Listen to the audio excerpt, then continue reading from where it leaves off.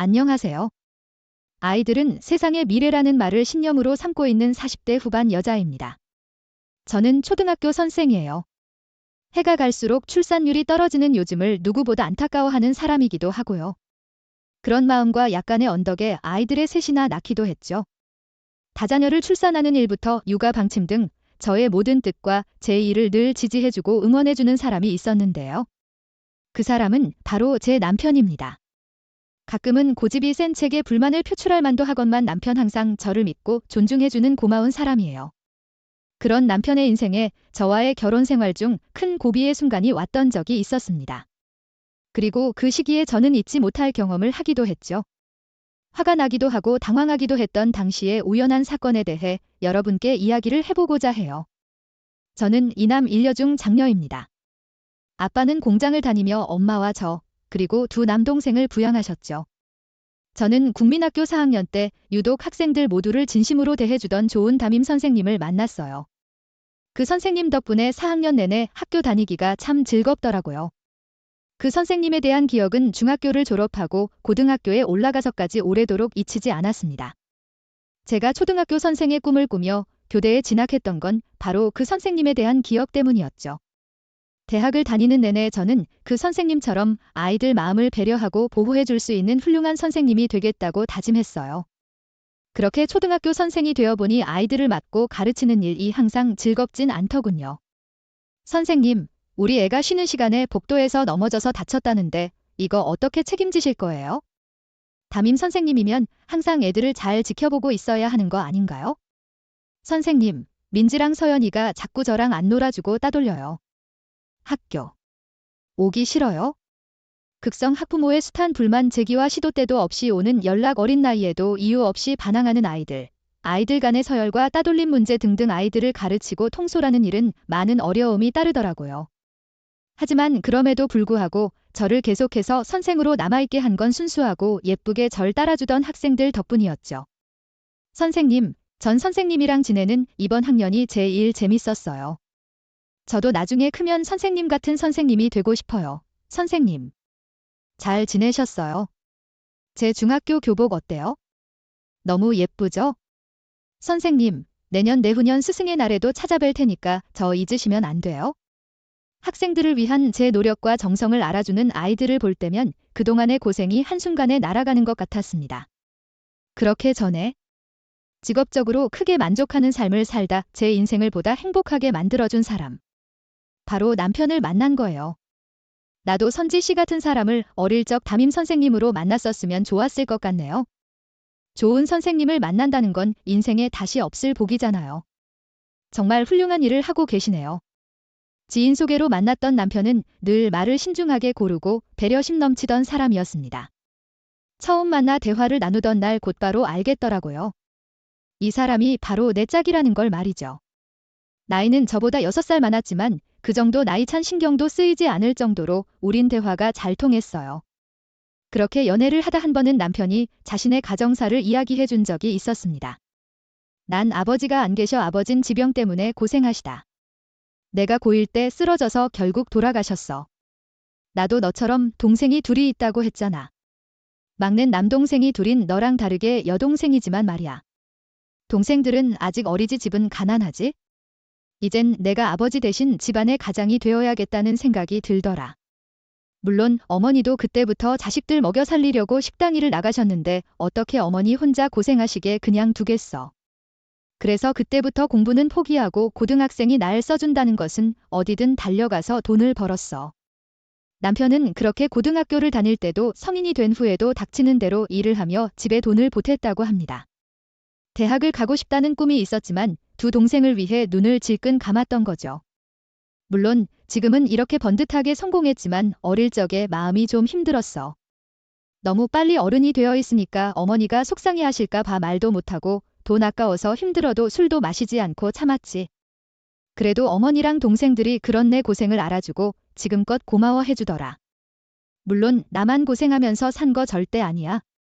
어머니도 여태 식당에서 일하시고 동생들도 대학 다니면서 한 번도 편할 날 없이 알바하고 힘들게 살았어. 지금이야 둘 다 번듯한 회사원이 됐지만 말이야 난 이렇게 서로의 힘듦을 알아주고 서로 의지하면서 살 수 있는 존재가 바로 가족이라고 생각해 나도 나중에 꼭 그런 가정을 꾸리고 싶어. 남편이 살아온 내용을 들으니 한층 더 남편에 대한 존경심이 들었습니다. 20대 후반에 자기 고깃집을 차린 남편은 숱한 연과 노력 끝에 성공을 했다더군요. 위치도 번화가에 자리 잡고 있었고 탁월한 맛과 마케팅 덕에 꾸준히 매출이 올랐던 거죠. 이후 남편의 가게는 저와 결혼한 뒤 2호점까지 내게 될 정도로 즉 성공 가도를 달렸습니다. 저는 20대 후반에 남편과 결혼에 골인했어요. 저희 시어머니와 시동생 그리고 시누이는 늘 제게 잘해주는 좋은 사람들이었어요. 저희 부모님 또한 남편을 굉장히 마음에 들어 하셨었죠. 남편의 성장 과정을 듣고 굉장히 남편을 기특하게 여기셨거든요. 난 첫 인사를 왔던 날부터 자네가 마음에 들었어? 난 김서방 자네만큼 멋진 남자는 없다고 생각하네. 가족을 사랑할 줄 알고 책임감도 넘치고 어려운 환경에서도 끈질기게 노력해서 이렇게 성공도 하지 않았나. 우리 아들놈들이 아니 막낸 저 알아서 잘 살고 있으니 우리 큰아들이 자네 반에 반만 닮아도 좋을 텐데 그놈은 앞으로 어떻게 살아가려고 그러는 지원. 친정 아빠는 남편을 칭찬하면서도 남편과 딴판이던 제 첫째 동생을 걱정하며 한숨을 내쉬셨습니다. 분명 대학 다닐 때까지만 해도 멀쩡했던 동생은 졸업하고 계속해서 취업에 실패하며 인생을 자포자기 해버렸거든요. 누나 나 30만 원만 좀 빌려주면 안 돼? 아버지랑 엄만 이제 절대 나한테 돈 못 주겠대. 나도 못 줘. 너 그 돈 가지고 또 경마장 가려고 그러지. 너 진짜 언제 정신 차릴래? 겨우 편의점 아르바이트라도 하는 것 같더니 무단으로 그만둬버리고 그때 번 돈도 하루 만에 경마로 다 날려버렸다며 아이 누나 제발 내가 돈 갚을게. 나 가끔 공사장에 막노동하러 나가기도 해. 네가 그 돈 벌어서 허기다 나한테 갚겠다. 또 곧장 경마로 갈 거면서 제발 정신 차려. 너 진짜 어쩌라고? 그래 부모님 가슴이 이렇게 자꾸 대목 박을 거야? 오죽하면 막내가 너 사는 꼴 보면 속 터진다고 같은 서울에서 독립까지 했겠어? 막내 보기 창피하지도 않어. 저는 동생의 전화에 당시 2살이던 큰 아들과 연년생 둘째 아들이 자지러지게 우는 것도 신경 쓰지 않고 소리를 빽 질렀습니다.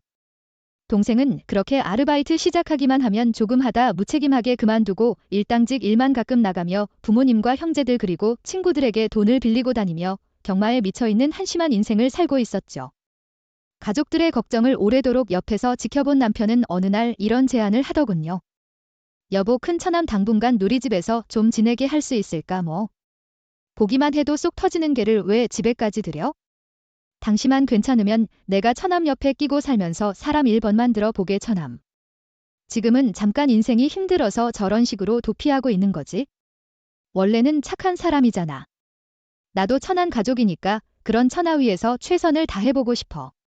고맙게도 남편은 자신이 직접 제 동생을 데리고 살기까지 하며 갱생을 시켜보겠다고 하더라고요. 저희 집엔 방이 3개였는데 아직 창궐처럼 쓰던 방을 비워주자면서요. 세상에 부모님도 아닌 아내의 동생을 데리고 살아주겠다는 남편이 어디 있다 말입니까? 남편의 제안을 들은 저희 부모님은 염려스러워하면서도 굉장히 고마워해 하셨죠. 매형 땡전 아픈 없는 절 저희 부모님이 내쫓으셔서 이 집에 오긴 했는데요. 제 인생에 간섭할 생각은 아세요? 매형이 절 어떻게 갱생시켜 주시겠다는 건지 모르겠는데 전 누가 제 인생에 간섭하는 거 딱 질색이거든요. 얘야, 너 매형한테 말버릇이 그게 뭐야? 당장 사과 안 해보. 여보 처남난 내 동생이 인생 포기한 데 사는 거 더 이상 두고만 못 봐. 처남도 내 동생이랑 마찬가지잖아.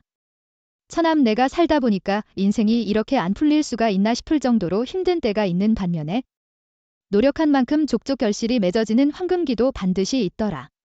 처남 인생의 황금기가 언제 찾아오든 간에 그동안 내가 처남이 버틸 수 있도록 옆에서 도와줄 테니까 쉽게 인생 포기하지 마. 제 동생은 그런 남편의 말에 퉁명스러운 표정을 짓더군요. 남편은 그런 동생을 더 혼내지 않고 다음날 점심 퍼질러 자고 있던 동생을 억지로 깨웠습니다. 일어나 처남 일하러 가자. 이리요. 아 제가 어디로 일을 하러 가요? 오늘부터 우리 가게로 출근해. 내가 하나부터 10까지 다 알려줄 테니까 우리 가게에서 일 배워. 우리 가게 나름 비법도 있는 맛집이야. 힘도 등치도 남편에게 한참 밀리던 동생은 하는 수 없이 투덜대며 남편을 따라 나섰어요. 남편의 고깃집은 오후 4시에 열어 새벽까지 운영하던 가게라 남편은 가게 오픈 준비를 위해 항상 점심 일찍부터 출근을 하곤 했죠. 그리고 그날부터 동생은 남편이 쉬던 날 하루를 빼면 매일같이 남편을 따라 나서야 했습니다. 아, 이거 좀 나요. 매형 제 일 바쁜 토요일인데 왜 가게도 안 나가고 날 잡으러 다니냐고요? 아, 나 진짜 힘들어서 못하겠어요. 그냥 편하게 살래요. 진짜 못. 가지 잘라줘. 그래야 경마 끊을래. 가게야 미안하지만 직원들한테 좀 아껴놓으면 되지만 처남을 잡으러 다니는 건 나밖에 못하잖아. 동생은 가끔 모두가 자고 있던 새벽에 일어나 경마를 하러 도망을 가기도 했습니다. 그럴 때면 남편은 동생을 잡기 위해 경마장이나 스크린 경마장 등을 샅샅이 뒤지고 다녔죠. 물론 동생을 잡아오지 못한 날이 더 많았지만 남편은 뒤늦게 슬그머니 들어오던 동생을 눈물 쏙 빠지게 혼을 내곤 했어요. 나중엔 주말이면 아이 현관문 앞에 양반다리를 하고 앉아 졸며 동생이 나가지 못하도록 지키는데 옆에서 지켜보는 제가 다 눈물이 나더군요. 어떻게 혈연도 아닌 자기 처남에게 저렇게까지 지극정성일 수 있나 싶어서 말입니다. 그런 남편 덕분에 정말로 동생은 변하기 시작했어요. 매형, 괜히 현관 앞에서 불편하게 주무시지 말고 방에 들어가서 주무세요. 저희 이제 진짜로 정신 차릴게요. 진짜야. 저번에도 그런 말을 속이고 도망갔었잖아. 정말이에요. 저 이제 가족들하고 제 조카들 그리고 누나 뱃속에는 막내 조카한테도 부끄럽지 않은 사람이 되어버려고요. 특히 매형한테요. 매형 저조차도 소중히 여기지 않던 제 인생을 이렇게까지 포기하지 않고 바른 길로 이끌어주기 위해 노력해주셔서 감사해요. 전 제가 진짜 실패한 놈이라고 생각했거든요. 대학도 남들은 알지도 못하는 지방대 나와서 그마저도 친구들은 다 취업도 족족 실패하고 끈기도 자제심도 없어서 이런 도박에까지 빠진 제 자신이 너무 한심했어요. 근데 매형 덕분에 깨달았어요. 이런 가족을 둔 것만으로도 사실 난 성공한 인생을 살고 있었구나 하고요. 저 매형 말대로 다시 이 악물고 노력해 볼게요. 이번엔 끈기 없이 쉽게 포기하지 않을게요. 동생의 말을 옆에서 듣는데 눈물이 멈추지 않아 정말 혼이 났습니다. 남편 또한 동생의 말에 감동했는지 눈가가 붉어지더군요. 그리곤 자리에서 일어나 고개를 푹 숙인 채 눈물을 뚝뚝 떨구던 제 동생을 따듯이 안아주었죠. 잘 생각했어. 처남은 할 수 있어? 그리고 한번 해내는 법을 배워놓으면 그 다음 또 그 다음은 더 쉬워질 거야. 우리 같이 잘 해내보자. 저는 일을 해도 하는 둥 마는 둥 했었다던 동생은 그때부터 정말 열심히 남편의 가게 일을 했다더군요. 고기인 납품업체 고르는 법, 손질하는 법, 숙성시키는 법. 손님들이 어떤 밑반찬을 좋아하고 어떻게 메뉴 구성을 해야 하는지 등등. 동생은 남편이 가르쳐주는 모든 걸 성실하게 배웠죠. 매형 그동안 정말 감사했습니다. 매형에게 받은 은을 살면서 절대 잊지 못할 거예요. 비록 같이 살지 못해도 우리 꼭 자주 복입니다. 저랑 여태까지처럼 술도 자주 마셔주셔야 돼요. 어디 멀리 떠나 내일이면 어차피 또 가게에서 볼 건데 뭘 그렇게 아쉬워해? 왜 안 아쉬워하겠나? 부모인 우리도 해주지 못한 일을 해준 잔을 이해가 얼마나 좋아하는데 김서방 잔은 우리 가족의 은인일세. 정말로 고맙네. 제 동생은 그렇게 저희 집에서 약 3년을 살고 다시 부모님 댁으로 들어갔습니다. 우리 부부는 함께 동생의 이사를 도와줬죠. 그날 저희 부모님은 제 남편의 손을 붙잡고 진심으로 고마워하셨어요. 이웃 동생은 좋은 여자를 만나 결혼을 하고 남편의 가게에서 독립해 자신의 고깃집도 따로 차렸습니다. 그리고 지금껏 남편과 둘이 만나 술도 마시고 자주 연락도 하며 친형제처럼 지내고 있어요. 가끔 막내가 자신도 좀 껴달라며 질투할 정도로 말이죠. 여보네 동생 위해서 그렇게까지 노력해줘서 정말 고마워. 나도 앞으로 어머님 그리고 우리 서방님이랑 아가씨한테 더 잘할게. 당신 지금도 충분히 잘해주고 있잖아. 내 동생도 결혼할 때도 먼저 1,000만 원씩 톡톡 주라고 하고. 이젠 고향 내려가 살고 계신 우리 어머니도 잘 챙겨주고 말이야. 당신이 잘하니까 나도 초가히 더 잘하고 싶었을 뿐이야. 그 일로 남편에 대한 제 애정과 신뢰는 한결 더 깊어졌습니다. 남편은 좋은 사이였지만 저와 두 아들 그리고 막내딸에게도 아주 좋은 남편이자 아빠였죠. 그렇게 우리는 양가와도 화목하게 잘 지내며 아이들과 행복한 나날을 보냈어요. 하지만 결혼한 지 17년 뒤 저희 집엔 아주 큰 고비가 찾아왔습니다. 아무래도 가게 두 곳 모두 문을 닫아야 할 것 같아 번화가 있다는 게 장점만 될 줄 알았는데 월세가 너무 비싸다는 단점이 되기도 하네. 손님이 있어야 비싼 월세도 낼 텐데 말이야 더 이상. 더 이상 직원들 줄 월급도 없고 질 좋은 고기도 식재료도 쓰기 힘든 지경이야. 어떻게든 가게 살려보려고 받은 대출만 해도 한두 푼이 아닌데 결국 이렇게 돼서 정말 미안해 여보. 당신이 왜 미안해? 세계적 재난이 당신 탓도 아니잖아. 괜찮아 여보 이렇게 든든한 아내가 있는데 무슨 걱정이야? 남편은 마스크 시국으로 인해 결국 두 곳의 가게 모두 문을 닫게 되었어요. 어떻게든 가게를 살려보려 뒤늦게 낮장사와 배달도 시작해봤지만 이미 입은 타격이 너무 컸었거든요. 누나 매형 괜찮아. 어제 통화할 때 목소리 들어보니까 너무 안 좋으시더라. 하긴 그렇게 애정을 쏟았던 가게였으니 그러실 만하지? 내가 형편이 괜찮으면 돈을 빌려드렸을 텐데 우리 가게도 그나마 회사 밀집 지역에 있어서 점심 장사로 버티는 중이야. 정말 미안해. 괜찮아. 너도 이제 두 딸 아빠인데 당연히 내 가족부터 챙겨야지. 이 매연 걱정은 마 강한 사람이잖아. 벌써부터 다른 일 알아보고 있어? 애가 셋인데 가장이 놀 수 없다면서 말이야. 책임감이 강했던 남편은 우울해할 시간도 없이 곧장 아파트 경비를 구하더군요. 야간에도 근무를 해야 했던 3교대 근무로 말이죠. 여보 매일 규칙적으로 생활하다가 갑자기 다른 일 하려니까 많이 힘들지? 괜찮아 하루 종일 서서 일할 때보다 지금 일이 더 편하기도 하고. 남편은 걱정할 저를 위해 괜찮다고 말했지만 저는 알 수 있었습니다. 티내지 않으려 했지만 남편은 크게 상심하고 있었다는 것을요. 한동안 남편은 집에서든 외식이든 삼겹살 등 구워 먹는 고기 입에 넣지도 못했고 먹고 싶어 하지도 않았어요. 게다가 외출했을 때 고깃집이 보이면 복잡한 표정으로 고개를 쑥 돌리곤 했죠. 저는 그런 남편이 안쓰러워 전보다 손도 많이 잡아주고 자주 안아도 줬어요. 얘들아, 앞으로 아빠 출퇴근하는 거 배웅하고 마중할 때마다 잊지 말고 꼭 안아드리자. 그럼 아빠한테 큰 힘이 될 거야. 초등학교 6학년이던 딸과 달리 당시 중 3중이로 한창 사춘기였던 아들들은 많이 쑥스러워 하더군요. 하지만 그토록 좋아하던 아빠를 위해 빨개진 얼굴로 용기를 내더라고요. 그러더니 나중엔 남편이 출퇴근할 때가 아니어도 전보다 훨씬 자주 자기들 아빠에게 스킨십을 하곤 했죠. 그런 가족들의 노력에 다행히 남편은 굉장히 기뻐해 줬어요. 그런데 일을 시작한 지 몇 개월 안 됐던 어느 날부터 남편은 한 번씩 어두운 표정으로 퇴근을 하더군요. 그리고 출근할 때도 한숨과 함께 문을 나서는 일이 잦아졌죠. 저 아이들이 안아줄 때도 왠지 우울해 보이는 표정을 감추지 못하더라고요. 당신 요새 일이 많이 힘들어. 아니면 혹시 무슨 문제라도 있어. 그냥 아파트 입주민 중에 좀 까다로운 사람이 있어서 까다로워. 어떻게 별거 아니야. 처음엔 그러려니 했는데 나도 사람이다 보니까 스트레스가 좀 쌓여서 내 표정이 안 좋았나 봐.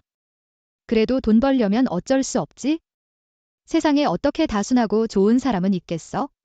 안 그래 그렇긴 한데 너무 힘들면 참지 말고 꼭 얘기해. 당신의 책임감이 너무 강한 사람이라 가끔 힘들다는 말을 너무 안 해서 걱정이야. 다 참을 만한 일은 참는 거지 뭐. 난 당신하고 애들만 보면 피곤함이 싹 가신다니까. 괜찮다는 자신의 말과 달리 남편은 종종 힘들어하는 모습을 보였어요. 어느 날은 잠꼬대로 죄송합니다. 사모님하고 죄진 사람 같은 표정을 지으며 중얼거리기도 했죠. 이 사람이 대체 얼마나 힘든 일을 하고 있는 건가 싶어서 걱정이 되더라고요. 그래서 저는 어느 날 퇴근한 뒤 남편이 일하는 아파트를 찾아갔습니다. 남편을 응원도 해줄 겸 밤까지 근무해야 하는 남편의 도시락도 정성스럽게 싸가지고요. 남편은 경비실 앞에 나와 서 있더군요. 반가운 마음에 소리쳐서 인사를 하려는데 그 앞에 제게 뒷모습을 보이고 서 있던 여자의 까랑까랑한 목소리를 듣고 멈칫하고 말았죠. 진짜 이 똑바로 안 할래요? 여기 글이 깨진 거 보이죠? 이거 어떡할 거예요? 이게 얼마짜린지는 알아요. 죄송합니다 사모님. 그런데 전 정말 아주 조심스럽게 사모님 댁 문 앞에 내려놨었어요. 그러니까 택배로 온 그릇이 깨져 있던 건 택배사나 구매한 업체 문의하는 게 맞는 것 같습니다. 게다가 사실 경비실에 맡겨달라고 요청된 택배를 직접 대가까지 가져다 드리는 게 경비원의 일은 아니지 않습니까? 벌써 몇 번이나 저랑 다른 경비원들한테 그런 무리한 요구를 하셨었잖아요. 뭐예요? 입주민들 애로사항 틀어지고 뒤치다꺼리 해주는 게 경비원 일이지? 그럼 아니에요? 괜히 택배기사한테 공동현관 비밀번호 알려줬다가 범죄라도 생기면 아저씨가 책임질 거예요. 내 딸이 범죄에 노출되면 책임질 거냐고요? 우리 아파트 경비원 월급이 다른 데보다 꽤 높다면서요? 어디 그 좋은 직장 내가 잃게 해줘요. 네. 죄송합니다. 사모님 제가 말을 잘못했네요. 다시 잘 보니 남편은 그 여자 앞에서 고개를 푹 숙이고 있었습니다. 들어보니 아파트 입주민인 것 같은 그 여잔 말도 안 되는 일로 제 남편에게 갑질을 하고 있더라고요. 평소 남편한테뿐 아니라 다른 경비원 분들에게도 똑같은 행동을 일삼고 있는 것 같았죠. 저는 까다로운 입주민이 있다던 남편의 말을 떠올렸습니다. 그리고 저 여자가 바로 그 사람이겠구나 하고 직감했어요. 그리고 그 여자의 막말은 거기서 끝나지 않더군요. 그렇죠. 잘못했죠. 당신은 그냥 여기 아파트 사람들 종이나 마찬가지예요. 내 말 거역하지 말라고요. 이 그룹 배상 못하겠으면 아저씨가 직접 택배사든 여기 업체든 전화해서 배상을 받거나 교환을 하던가 하세요. 왜 대답이 없어요? 꿀 먹은 벙어리처럼 지금 내 말 무시해요? 네. 죄송하지만 사모님 그건 제가 해드릴 수 있는 일이 아닌 것 같아요. 이 아저씨가 진짜 말이 안 통하네. 언제 잘못했다더니 시키는 일은 또 못하겠다는 거야 뭐야? 저번에 와서 버리 쓰레기 좀 가지고 가라는데 그때도 똥 씹은 표정이더니 진짜 마음에 안 든 아저씨네 짜증나니까 이거나 받아요. 이게 뭔데요? 보면 몰라요? 분리수거할 재활용 쓰레기지 귀찮아 3번에 다 모아놨으니까 아저씨가 분리수거 직접 해요. 어차피 재활용 쓰레기장 정리도 아저씨 일이잖아요. 관리. 저 일이지만 입주민분들 쓰레기를 이렇게 받아서 분리수거하는 건 부당한 요금입니다. 사모님 한두 번이야. 그냥 이런 요구들을 들어드릴 수 있지만 계속해서 당연하게 들어드릴 수는 없어요. 그럼 저뿐 아니라 다른 경비원분들한테도 계속해서 똑같이 이러실 거잖아요. 종이면 종답게 닥치고 시키는 일을 할 것이지 왜 사사건건 말대꾸야? 당신 진짜 잘리고 싶어. 그래도 남편의 직장인지라 저는 화를 꼭 참고 보고만 있었습니다. 그런데 그 여자가 반말을 찍찍 뱉으며 남편의 어깨를 마구 밀치기까지 하자 눈이 돌더군요. 저는 결국 참지 못하고 소리를 지르며 남편과 그 여자에게 다가갔어요. 이봐요. 지금 내 남편한테 뭐 하는 짓이에요? 그거 폭행인 거 몰라요? 남편이 직장에 창피한 줄 모르고 자기 아내까지 불러들여 제 외침에 그 여잔 짜증난다는 표정을 지으며 귀를 획 돌더군요. 그리고 저와 눈이 마주친 순간 우린 둘 다 놀라서 입을 틀어막았습니다. 선생님, 정의 어머님 그 여자의 정체는 바로 저희 반 반장이던 학생의 학부모였거든요. 당시 전 5학년 담임을 맡고 있었죠. 그것도 꽤 극성 학부모 말이죠. 얼마 전엔 절 찾아와 무려 50만 원이 든 돈 봉투를 슬쩍 찔러주길래 기겁을 한 적도 있어서 확실히 얼굴을 기억하고 있었어요. 어머님 이런 거 저희 못 받아요. 얼른 도로 가져가세요. 아이, 그러지 마시고요, 선생님. 이거 받으시고 우리 딸 좀 앞으로 더 잘 챙겨주세요. 저희 딸이 누굴 막 좋아하고 따르는 애가 아닌데 선생님 반이 되고 나선 선생님을 정말 너무 좋아하더라고요. 그래서 귀찮다고 원래는 하려고 들지도 않던 반장까지 도맡았다고요. 들어보니까 선생님이 이 학교 학생들이 엄청 좋아하고 존경하는 분이라면서요. 나의 친구, 엄마가 하는 말 들어보니까 졸업하고 나서도 학생들이 그렇게 찾아온다면서요. 에휴 그런 희망 두터운 분이 우리 딸 담임 선생님이 돼주셔서 정말 영광이에요. 이건 저희 딸 앞으로 잘 부탁한다는 의미이기도 하지만 저희 딸을 너무 잘 가르치고 이끌어주신 데에 대한 감사 표시이기도 해요. 제가 이혼하고 저희 딸을 어릴 때부터 혼자 키웠는데 그래서 애착이 좀 남달랐어요. 딸은 제 전부나 다름없거든요. 그래서 그래요. 그래도 저는 못 받아요, 어머님. 어머니 마음만 감사히 받겠습니다. 그전에도 후에도 그 여잔 다닌다는 회사는 어쨌는지 가끔 몰래 학교 복도에 서서 수업을 지켜보기도 하고 종종 5학년인 딸을 교문으로 태우러 오는 등 정말 극진히 딸을 아끼는 사람이었어요. 저를 몇 번 찾아와서 딸의 성적이나 진로에 대해 고민 상담까지 했었죠. 제 앞에서 늘 선생님 하던 사람이 실제 성격은 경비원에게 갑질이나 하는 엉망인 사람이었다니 큰 충격이 아닐 수 없었습니다. 하긴 다른 애들보다 자기 애만 제 일만이 하나라도 더 챙겨달라는 말을 스스럼없이 할 때부터 이기적인 성향은 좀 알아보긴 했었지만은요. 그 여잔 당황스러운 말투로 제게 묻더군요. 그리고 그때부터 전 그 여자에게 소리치기 시작했죠. 선생님, 남편분이 이 경비 아니 경비원 분이셨어요. 설마 이 사람이 당신 학생 학부모야? 맞아. 세상 참 좁네. 학부모를 내 남편한테 갑질한 입주민으로 만나고 안 그래요? 정희 어머님. 그게요, 선생님 갑질이 아니라 제가 원래는 안 그러는데요. 오늘 회사에서 좀 안 좋은 일이 있어서 그만 회사에서 안 좋은 일이 있었으면 그 화풀이 경비원한테 하는 게 맞는 건가요? 정혜 어머님, 정말 그렇게 안 봤는데 인성이 엉망이시네요. 어디 감히 말도 안 되는 일로 억지를 부리면서 다른 사람한테 손직원까지 해요. 제가 학교에서 마냥 사람 좋아 보였죠. 근데 제 가족 일이라면, 특히 우리 남편 일이라면 눈이 뒤집어지는 사람이에요. 그리고 원래 안 그런다고요? 아까 들어보니까 원래도 부당하게 자기 택배 배달시키고 이렇게 돈 갈취하려고 들고 쓰레기 배출까지 시키는 것 같던데요. 지금도 제 남편한테 쓰레기 분리수거까지 시키고 있었잖아요. 우리 남편이 요즘 계속 힘들어하던 게 다 정혜 어머님 때문이었네요. 그 여잔 제 남편에게 갑질하던 모습은 온데간데 없이 제 앞에선 우물쭈물하기밖에 못했습니다. 그도 그럴 것이 그 여잔 자기 딸에겐 화 한 번 제대로 내지 못할 만큼 자신이 딸에게 약한 사람이라고 직접 제게 말했었거든요. 그런 딸이 진심을 담아 선생님 너무 존경해요. 하는 손편지까지 써줄 정도로 따르던 담임 선생이었으니 쩔쩔 맬 수밖에 없었던 거죠. 죄송해요, 선생님. 전 이 아저씨, 아니 이분이 선생님 남편분일 줄은 정말 꿈에도 몰랐어요. 제 남편이면 갑질하면 안 되고 제 남편이 아니면 그렇게 사람을 함부로 대해도 되는 건가요? 정희는 그렇게 친구들한테 배려심도 깊고 행동도 올바르던데 어떻게 이런 어머니 밑에서 그렇게 바르게 큰 거죠?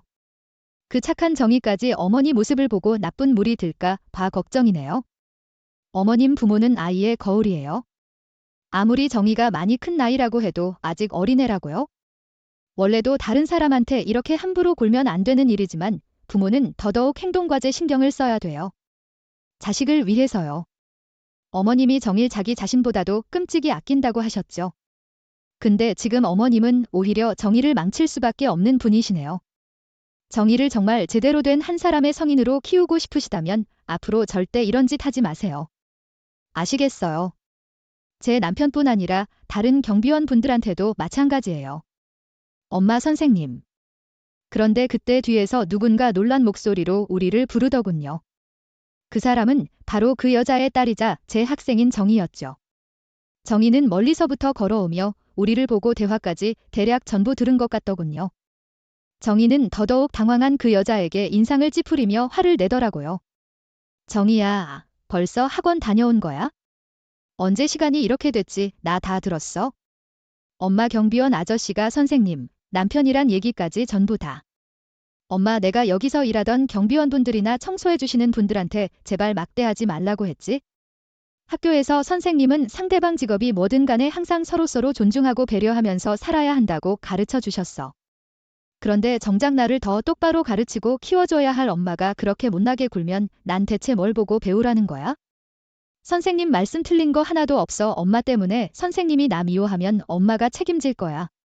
얼른 선생님하고 아저씨한테 사과해. 얼른 선생님. 죄송해요. 저희 엄마가 너무 창피해요. 정희는 자신의 엄마에게 울먹이기까지 하며 바른 말만 내뱉더군요. 그리고 그 여잔 자신의 딸이 내뱉은 창피하다는 말에 큰 충격을 받은 표정이었죠. 그 여자는 눈에 눈물까지 고인 얼굴로 우리에게 허리 숙여 사과를 했습니다. 죄송합니다. 선생님 그리고 죄송합니다.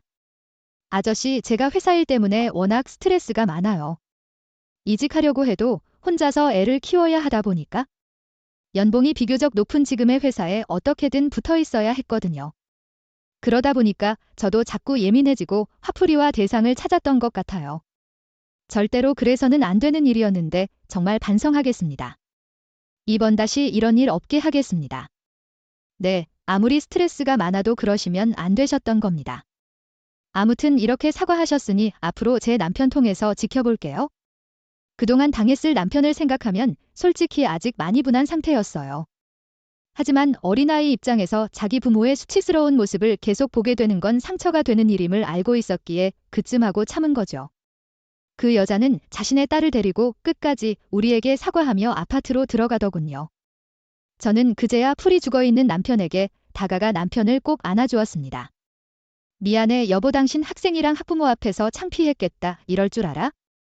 알았으면 당신 학교 근처가 아니라 더 멀리 있는 아파트 경비를 구할 걸 그랬어? 당신은 선생인데 내가 당신 학생 이사나 아파트 경비원이면 당신이 좀 그럴 거라는 생각을 못했네. 창피하긴 난 오히려 마음은 너무 아팠지만 감동이었어. 당신 이런 수모를 참아내면서까지 이 일을 계속했던 건 전부 다 가족 때문이었잖아. 난 당신이 이런 심한 일을 겪고 있는지도 모르고 마냥 해맑게 굴었네. 오히려 내가 미안해. 많이 힘들었지? 아니야. 난 가족들 생각하면 하나도 안 힘들고 하나도 안 고생스러워. 남편을 끝까지 강한 척을 했지만 결국 눈물을 터뜨리고 말았습니다. 그렇게 눈물 없던 사람이 이 정도로 마음고생이 심했나 싶어져도 연신 눈물이 멈추지 않았죠. 평소라면 그때 남편이 눈물까진 흘리지 않았을 거라고 생각해요. 하지만 그토록 잘 되던 사업이 망했던 일로 당시 남편은 자존감도 많이 낮아지고 마음도 약해져 있던 상태였던 거예요. 저는 그렇게 남편을 부둥켜 안고 오래도록 달래주었죠.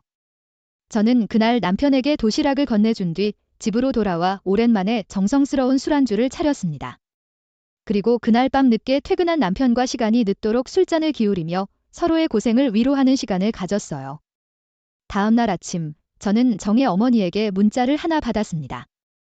선생님, 어젠 다시 한번 진심으로 선생님과 남편분께 죄송했습니다. 선생님, 혹시나 이번 일로 저희 딸을 미워하거나 차별하지는 않으시길 간절히 부탁드려요. 선생님도 아시다시피 저희 딸은 저랑 다르게 정말 생각이 바르고 착한 아이잖아요. 제발 부탁드립니다. 아무리 교권이 바닥에 떨어진 세상이라지만 선생이 자기 자식에게 혹시라도 불이익을 줄까 봐 부모가 노심초사하게 되는 건 어쩔 수 없는 일인 것 같더군요. 물론 그런 선생님은 별로 없지만 말이죠. 저는 정의 어머니에게 단호한 답장을 남겼어요. 어머님의 행동엔 여전히 화가 나지만 그렇다고 제가 어른들의 일을 학교에까지 가져가진 않을 겁니다. 어머니 말씀대로 정의는 똑똑하고 바른 학생이고 설사 그렇지 않다고 해도 저는 그런 일로 학생을 차별하는 사람이 아니에요. 사회적 입장과 지위를 이용해 갑질하는 사람이 아니란 말입니다. 그리고 앞으로 어머님도 부디 그런 사람이 되시길 바랍니다. 그리고 학교에 가보니 평소 저를 보자마자 반갑게 인사했을 정의가 그날은 제 눈치를 보며 시무룩해 있더군요. 저는 정의를 따로 불러내서 이렇게 말했어요. 정의야, 너 왜 오늘은 선생님한테 살갑게도 안 굴고 눈도 안 마주치려고 들어? 혹시 어제 선생님이 정의 엄마한테 모지말을 해서 서운했어? 아니면 선생님이 어제 정의 말대로 정인 널 미워할까 봐 무서운 거야?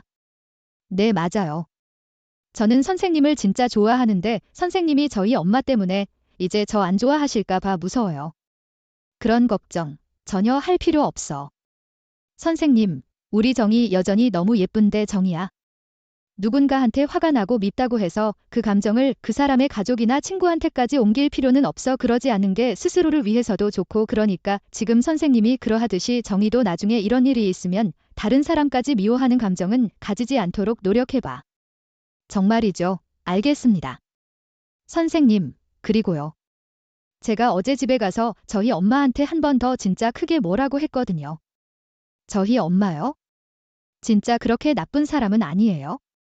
진짜 이기적이고 나쁜 사람은 다른 사람한테 사랑을 줄 줄도 모른다고 책에서 읽었어요. 근데 저희 엄마는 저를 세상에서 누구보다도 제일 사랑해주는 분이잖아요. 그러니까 저희 엄마 그렇게 나쁜 사람은 아닐 거예요. 앞으로의 엄마 절대 못 그러게 할 테니까 저희 엄마도 너무 미워하지 말아주세요. 고작 12살인 아이의 입에서 정말 조숙한 말이 흘러나오더군요. 아이의 부모 사랑에 저까지 감동을 받았죠.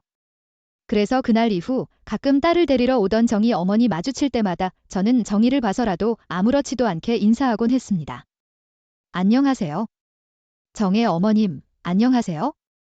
안녕하세요, 선생님. 물론 저도 사람인지라 전처럼 상냥하게 대할 수는 없었지만 서로 인사를 나누는 것만으로도 정혜 어머니는 안도한 표정을 짓더라고요. 그도 그럴 것이 그날 이후 저와 마주칠 때마다 정혜 어머니는 선뜻 인사도 제대로 못하고 가까이 다가올 생각조차 못하는 것 같았거든요. 얼굴은 아주 새빨개진 채로 말이죠. 그래도 학생의 학부모님 제가 먼저 그렇게 다가갔던 거예요. 당신 요즘엔 아파트에서 또 부담하게 구는 사람 없어 아파트 사람들 대부분 다 좋아 거기에서 오래 산 사람이 많아서 그런가 봐. 제 일 오래 일한 경비분께 들어보니까 당신의 학생집은 전세로 이사 온 지 6년쯤 됐었대. 아마 그때 이혼하고 우리 아파트로 이사 온 게 아닌가 싶어. 근데 처음에는 안 그러더니 해가 갈수록 그 여자 갑질이 심해졌었나 봐. 혼자 애 키우면서 그 사람 말처럼 스트레스가 심해지면서 성격도 포악해진 게 아닌가 싶네. 아무튼 다들 기피하려고 들었던 그 여자가 당시 눈치를 봐서 인제 온순해지니까 다들 너무 좋아하더라고. 나뿐 아니라 다른 경비분들도 마음고생 많았었거든. 아무튼 이제 나 못살게 구는 사람 정말로 없으니까 당신 한 번씩 와서 나 일하는 거 들여다보는 거 그만해. 저는 그 뒤 남편이 걱정돼서 남편 말대로 한 번씩 찾아가 잠시 동안 남편이 일하는 모습을 지켜봤었습니다. 조금 집착처럼 보일지 모르지만 내 남편은 내가 지켜야 한다고 생각했으니까요. 다행히 그날 이후 더 이상 그런 가슴 아픈 장면을 목격할 일은 없었죠. 요즘 그 사람 있잖아. 나 볼 때마다 갑질은커녕 아주 따뜻하게 수고하십니다 하고 인사하더라. 그 집딸은 원래도 나랑 다른 경비원들한테 엄청 깍듯하게 인사하고 다니는 착한 애였고 말이야. 저번에 그 사람이 나한테 글쎄 케이크를 사다 주더라고. 다른 경비들이랑 나눠 먹으라고 말이야. 그리고 은근슬쩍 나한테 당신한테 자기가 정말 변했다고 잘 좀 말해달라고 했어. 괜히 당신 이용해서 남 눈치 주는 것 같긴 한데 그냥 내버려 두려고 그래야? 앞으로도 다른 경비들한테 또 갑질하지 못하지? 그 후 별다른 사건 사고 없이 시간이 흘러 정희는 6학년으로 진학해 초등학교를 졸업하게 됐습니다. 그리고 졸업식 날 정희 어머니인 정희와 함께 꽃다발까지 들고 저를 찾아왔더라고요. 정희야 졸업 축하해. 정인이 담임 선생님께 들었어. 너 경기도로 이사 간다면? 네 맞아요. 선생님, 저희 엄마가 드디어 경기도에 있는 아파트를 사셨거든요. 저도 이제 남의 집살이가 아니라 진짜 우리 집에서 살게 됐어요. 엄마 직장하고도 별로 멀지 않대요. 근데 우리 집이 생긴 건 좋은데 앞으로 선생님을 자주 못 찾아뵙게 된 건 너무 아쉬워요. 친구들하고 멀어지는 것도요. 그래도 저 잊으시면 안 돼요. 선생님, 알았어. 선생님이 꼭 정혜 기억하고 있을게. 정혜 어머님 이사 가셔도 잘 지내시고 정희도 잘 키우시길 바라요. 선생님. 네 선생님. 아, 저 이 꽃다발이요. 사실 선생님 드리려고 가져온 거예요. 네, 제 거요. 네, 지금 담임 선생님께는 따로 드렸고요. 정의권 차이 있어요. 근데 아무리 생각해도 우리 정희가 누구보다 많이 따랐던 분이 선생님께도 꼭 꽃을 드리고 싶더라고요. 다른 선물을 드린다고 해도 어차피 안 받으실 것 같아서요. 선생님, 제가 남편분께 큰 잘못을 했음에도 불구하고 저희 딸을 차별은커녕 많이 아껴지고 지도해 주셔서 감사했습니다. 저 같았으면 절대 못 그랬을 거예요. 선생님의 넓은 마음과 어망, 가르침 제 딸뿐만 아니라 저도 항상 가슴을 품고 살아가겠습니다. 정말 감사했어요. 그렇게 저는 남다른 인연이었던 정희와 정희, 어머니와 작별을 했습니다. 생각지도 못한 꽃다발과 감사 인사 받으니 마음이 참 뭉클하더라고요. 이후 두 사람을 배웅한 뒤 저는 멀어져가는 차를 보며 부디 정혜 어머니가 바르고 착한 정희에게 앞으로는 부끄럽지 않은 엄마가 되어 살아가길 바라주었죠. 남편은 정희네가 이사 가던 날 정희 어머니가 예전엔 정말 죄송했다며 경비원 분들에게 모두 갈비 세트를 돌리고 갔다고 말하더군요. 덕분에 우리 5 식구는 그날 저녁 갈비로 배가 터지게 호식을 했답니다. 그리고 정희가 졸업하고 이사 갔던 해 우리 가족에겐 아주 기쁜 일이 있었어요. 매형 지금 하는 경비도 좋지만 이제 슬슬 다시 장사하셔야 하지 않겠어요? 나도 하고 싶지. 워낙 그 일에 애착이 있었으니까. 그런데 이제 겨우 빚다 갚은 상황에 그럴 돈이 어디 있겠어? 제가 도와드릴게요. 요새 시국이 거의 풀려서 저도 다시 제법 살만해졌어요. 집사람이 아는 네일아트 가게도 매상이 쑥쑥 오르고 있고요. 매형이 아니었으면 저는 지금까지도 결혼하고 내 가게 장상커녕 밑바닥 인생을 살고 있을 거예요. 그런절 이렇게 사람 만들어주시고 아내와 자식까지 만나게 해준 매형한테 저는 뭔들 드려도 아깝지 않아요. 저희 아내도 매형 일이라면 얼마든지 돕고 싶다고 해줬고요. 이제 그때 매형이 제게 베풀어주신 은혜 갚게 해주세요. 동생은 선뜻 자신이 남편의 재개를 돕고 싶다고 말하더군요. 남편이 얼마나 다시 가게를 차리고 싶어 했는지 알았던 터라 그런 동생의 말에 눈물 나게 고맙더라고요. 남편 또한 그런 동생에게 많이 고맙고 미안했는지 눈가를 붉히며 고맙다고 말했죠. 그렇게 남편은 동생의 도움과 시어머니의 약간의 지원 덕에 예전 일 호점이 있던 번화가에 다시 고깃집을 열 수 있었습니다. 비록 전과 같은 위치는 아니었지만 오히려 새로 얻은 장소가 전에 비해 위치가 훨씬 좋더라고요. 그리고 1년이 지난 지금 남편은 아직까지 아주 성실하게 고깃집을 운영하고 있어요. 다행히 남편 가게를 기억해주던 손님들이 꽤 있어서 저만큼은 아니지만 그래도 꾸준히 매출이 나오는 중이죠. 남편은 앞으로 더 열심히 가게 키워서 받았던 두 번째 매장도 다시 여는 것이 목표라고 하더라고요. 큰 처남 왜 돈을 안 받겠다는 거야? 애초에 빌려드리는 게 아니라 그냥 드리겠다고 했잖아요. 어차피 매형 아니었으면 제 수중에도 없었을 돈이에요. 정 고마우면 앞으로 술은 매번 매형이 사시던가요? 맛있는 안주랑요. 그럼 됐죠? 동생은 끝까지 남편이 다달이 갚겠다는 돈을 받지 않았습니다. 남편은 고마운 마음에 전보다 자주 동생을 만나 술을 사고 조카들과 올케에게도 굉장히 잘하고 있죠. 물론 막내 동생네 집에도 잘하긴 하지만 첫째 동생네와 우리 집이 더 끈끈해진 건 어쩔 수 없는 일이었어요. 다행히 저희 부모님과 시어머니 모두 아직 아픈 데 없이 많이 정정하십니다. 제 동생들과 시동생 시누이 또한 자기 가정을 성실히 꾸리며 화목하게 살아가고 있죠. 이렇게 평화로운 요즘 유일한 걱정이라면 올해 고3인 큰 아들과 고2인 작은 아들의 수능 문제뿐이겠네요. 그것도 뭐 두 아들과 막내딸 모두 워낙 공부에 열심인지라 크게 걱정하진 않는답니다. 저는 앞으로 누구보다 강하고 훌륭한 저희 남편이 아무리 힘든 풍파해도 결코 무너지지 않도록 지금처럼 열심히 도우며 살아갈 생각이에요. 듬직한 아내이자 새아이 엄마로서 열심히 가정을 지키면서 말이죠. 또한 지금껏 그래왔듯 나라의 미래는 우리 아이들이 올바른 가치관을 가지고 자랄 수 있도록 훌륭한 선생님으로 남고자 끊임없이 공부하고 노력하며 살아가려고 합니다. 제 남편에게 갑질을 했던 정희 어머니뿐만 아니라 이 일을 하다 보면 아이에게 잘못된 모습을 보이고 가르치는 학부모님들을 한 번씩 만나곤 해요.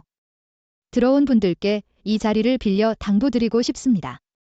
정의 어머니께도 말씀드렸듯 부모는 자식의 거울이랍니다. 공부를 해서 좋은 대학에 가고 성공한 직업을 가지는 것도 좋지만 아이에게 가장 필요한 건 올바르고 건강한 사고방식과 정신입니다. 건강한 정신을 가지고 성장한 아이는 거칠고 매정한 세상을 쉽게 부러지지 않고 헤쳐나갈 수 있어요. 그러니 자식을 진심으로 위하고 아낀다면 부디 부모인 스스로부터 바른 사람이 돼야 한다는 말씀을 꼭 드리고 싶네요. 저출산이 나라가 꼭 해결해야 될 문제가 된 요즘 더없이 소중하기 그지없는 우리 아이들이 모두 올바르게 자라길 바랍니다. 제 사용 끝까지 들어주셔서 감사드려요. 모두 즐겁고 행복한 매일